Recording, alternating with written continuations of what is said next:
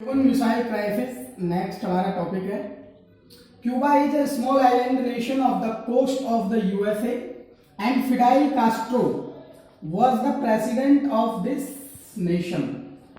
ये क्यूबा एक अमेरिकन जो है कोस्टल नेशन है, उसका पड़ोसी देश था और फिडेल कास्ट्रो उस समय इसके प्रेसिडेंट थे। ये अमेरिका और ये क्यूबा, ओके। एंड ये मान लीजिए यूएसएसआर, ये यूएसए, ये यूएसएसआर। तो Cuba was nearer to USA then USSR. It was the nearest coastal island था, एक द्वीपीय देश था, आइलैंड नेशन था, which was very near to America, okay. तो ये अमेरिका के नजदीक था क्यूबा, कोस्टल नेशन था, ये उसके नजदीक था और यूएसएसआर इससे काफी दूर था।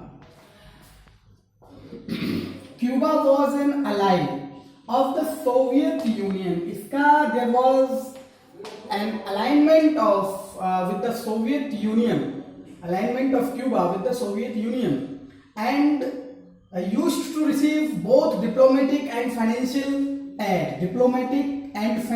aid from Soviet Union. अब क्यूबा का क्या था, एक संधि थी, क्यूबा ने एक एलाई कर रखा था, एक संधि कर रखा था सोवियत यूनियन के साथ, और Cuba used to receive diplomatic and financial aid from it. Diplomatic, राजनयिक और आर्थिक, है ना, राजनयिक और आर्थिक दोनों प्रकार की मदद वो यूएसएसआर से लिया करता था। कौन लिया करता था? Cuba, okay. Nikita Khrushchev, Nikita Khrushchev कौन थे? The leader of the USSR decided to convert Cuba into a Russian base. मतलब कि Nikita Khrushchev wanted to develop Cuba as a Russian base from where Russia can launch its missiles। वो ये चाहते थे कि इसको एक रशियन बेस बना दिया जाए, एक मिलिट्री बेस बना दिया जाए, फ्रॉम वेयर, जहां से कि they could launch their missiles, जहां से कि यूएसएसआर अपनी मिसाइल्स को लॉन्च कर सके, है ना, इन 1962 में, and placed nuclear missiles in Cuba, okay. तो Nikita Khrushchev, the leader of USSR, decided to convert Cuba into a Russian base in 1962 and placed nuclear missiles in Cuba। Cuba में nuclear missiles place करना उन्होंने शुरू कर दिया। The installation of these weapons put the United States under fire from close range and nearly doubled in the number of cities in the US could be threatened by the USSR। अब इसमें क्या हुआ कि जो these weapons which were installed in Cuba, तो USA became afraid, under fire from close range and nearly doubled in the number of cities। There were cities, number of cities were automatically doubled, to whom USSR can threaten. उन शहरों की संख्या double हो गई जिनको कि USSR यानी Soviet union धमकी दे सकता था, भयभीत कर सकता था, थ्रीटन कर सकता था। तो उनकी संख्या जस्ट डबल्ड हो गई। तो America became so worried to see that situation. इस स्थिति को देख करके अमेरिका को बहुत ज्यादा चिंता होने लगी।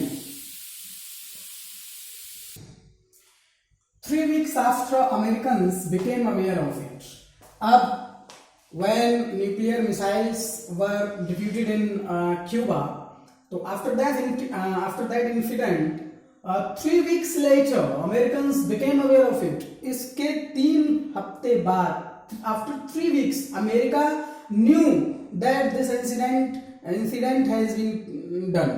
3 वीक बाद तो अमेरिका को पता चला कि यूएसएसआर ने इस तरह का कोई कृत्य कर दिया है।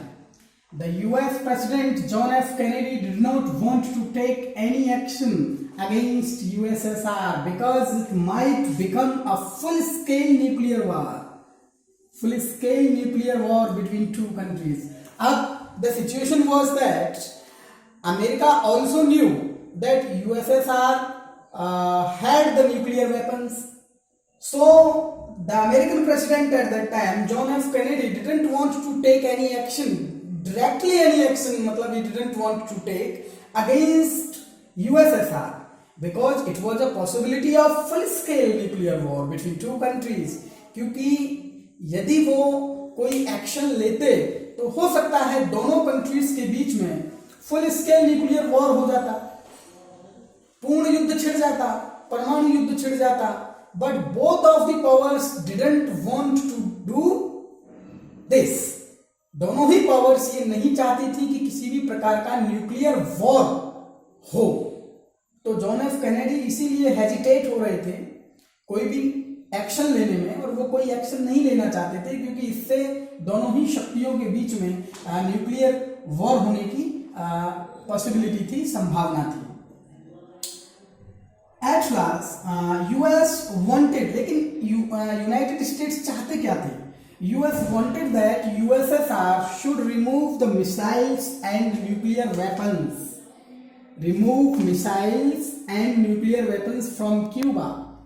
लेकिन जो यूनाइटेड स्टेट्स थे वो यूनाइटेड स्टेट्स ये चाहता था कि यूएसएसआर क्यूबा से अपनी मिसाइल्स और न्यूक्लियर वेपन्स को हटा दे, रिमूव कर दे. At last, John F. Kennedy had to take action, and Kennedy ordered American warships to intercept any Soviet ships entering to Cuba as a way of warning the USSR of its seriousness. So John F. Kennedy ordered his warships that show the seriousness of America to the USSR. USSR को अपनी seriousness दिखाइए and intercept any Soviet ships if enters in Cuban boundary. अगर Cuba के परिक्षेत्र में कोई भी USSR का कोई भी अगर शिप वगैरह एंटर करता है, कोई भी सोवियत संघ का कोई शिप अगर एंट्री करता है तो उसको आप डिस्ट्रॉय कर दीजिए, उसको इंटरसेप्ट कर दीजिए, जिससे कि यूएसएसआर को ये रियलाइज हो कि America, now America is serious towards this matter. तो it is known as missile crisis. Okay, at last USSR remove his missiles and nuclear weapons from Cuba. Okay, तो लास्ट में यूएसएसआर समझ गया, USSR understood that the situation was very serious. It might become a nuclear war between two superpowers. That's why USSR decided to remove his missiles and nuclear weapons from Cuba.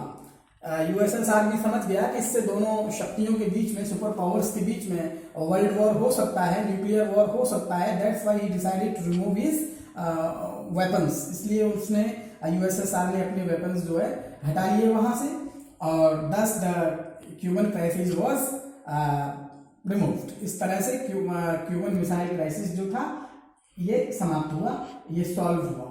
Okay, तो इसमें से questions आ जाते हैं. Sometimes questions comes from this topic, the Cuban missile crisis. तो Cuban missile crisis क्या था और ये कैसे सॉर्ट आउट हुआ, ये आपका टॉपिक क्लियर हो गया. Okay, next topic is the emergence of two power blocks. अब after ending Second World War, America and Soviet Union were divided into two blocks. तो जैसे ही सेकेंड वर्ल्ड वॉर समाप्त होता है तो अमेरिका यानी USA and Soviet Union were divided into two blocks, means world was divided between two blocks. ठीक, because there were two super powers, दोनों ही super powers थी, इसलिए हम कह सकते हैं कि वर्ल्ड भी दो पार्ट्स में, दो ब्लॉक्स में डिवाइड हो गया. ठीक है, first of all partition started in Europe. अब क्या होता है, यहां से यूरोप में पार्टीशन स्टार्ट हो गया। अब Eastern Europe which knows as second world, इसको ईस्टर्न यूरोप को सेकेंड वर्ल्ड के नाम से भी जाना जाता है। लीडर कौन था इनका, सोवियत यूनियन। ईस्टर्न यूरोप जो ब्लॉक था उसका लीडर सोवियत यूनियन था, इसको सेकेंड वर्ल्ड भी कहा जाता है। And western Europe was led by USA. The leader of this bloc was USA और इसको फर्स्ट वर्ल्ड कहा जाता था। क्या कहा जाता है, फर्स्ट वर्ल्ड। अब ये 1 मार्क क्वेश्चन में आ जाता है कि ईस्टर्न यूरोप को कौन सा वर्ल्ड कहा जाता है, या सेकेंड वर्ल्ड किसे कहा जाता है ना, या who was the leader of Eastern Europe, या who was the leader of Eastern bloc, who was the leader of second world. Okay, तो ईस्टर्न यूरोप इसको क्या बोलते हैं, सेकेंड वर्ल्ड भी कहा जाता है, और सोवियत यूनियन इनका लीडर था। और वेस्टर्न यूरोप को फर्स्ट वर्ल्ड कहा जाता है, इसका यूएसए लीडर था। Non countries who were the developing countries, ये जो नॉन अलाइनमेंट मूवमेंट जो हुआ था, जो नए राष्ट्र उदित हो रहे थे, राइजिंग ऑफ न्यू नेशंस जो हो रहा था, तो ये सारे डेवलपिंग कंट्रीज थे, इनको थर्ड वर्ल्ड बोला जाता था। तो world was divided between 2 blocks. First block was eastern Europe जिसको फर्स्ट वर्ल्ड कहा जाता था, and second block was eastern Europe जिसका लीडर सोवियत यूनियन था, और सेकंड वर्ल्ड इसको कहा जाता था। और एक थर्ड वर्ल्ड था जो नाम कंट्रीज का था, जो countries newly they were getting independence, and also most of those countries were the member of non-alignment movement। ठीक है, तो ये जो नाम कंट्रीज थे ये थर्ड वर्ल्ड कहा जाता था, और मोस्टली कंट्रीज ये सब डेवलपिंग कंट्रीज थे, and they were getting their independence newly. तो ये जो नए राष्ट्र उदित हो रहे थे, नए राष्ट्र जो अपनी आजादी प्राप्त कर रहे थे, और जो निर्गुट आंदोलन, नाम का मतलब नॉन अलाइनमेंट मूवमेंट, यानी निर्गुट आंदोलन के जो मेंबर थे वो थर्ड वर्ल्ड में कंसीडर किए जाते थे। ओके, तो first world, second world, third world आपको समझ में आया, और ईस्टर्न यूरोप और वेस्टर्न यूरोप नाम कंट्रीज, ये आपको सारा कुछ समझ में यहां तक आया। अब smaller states support the super powers. अब जो छोटे छोटे देश थे, छोटे छोटे स्टेट्स थे, they supported the super power and got protection. क्या प्राप्त किया उन्होंने, protection, weapons and economic aid. जो छोटे छोटे जो कंट्रीज थे, they supported the super powers. few supported America, few supported USSR, okay, so they had to support because they were smaller states, and after supporting one block they got protection, उन्होंने सुरक्षा प्राप्त की, उन्होंने हथियार प्राप्त करते थे, वो आर्थिक मदद भी प्राप्त करते थे। जब उनको प्रोटेक्शन मिल रहा है, वेपन्स मिल रहा है, इकोनॉमिक एड मिल रही है, तो फिर उनको तो they had to support to any bloc, किसी भी ब्लॉक को सपोर्ट करना ही था ना।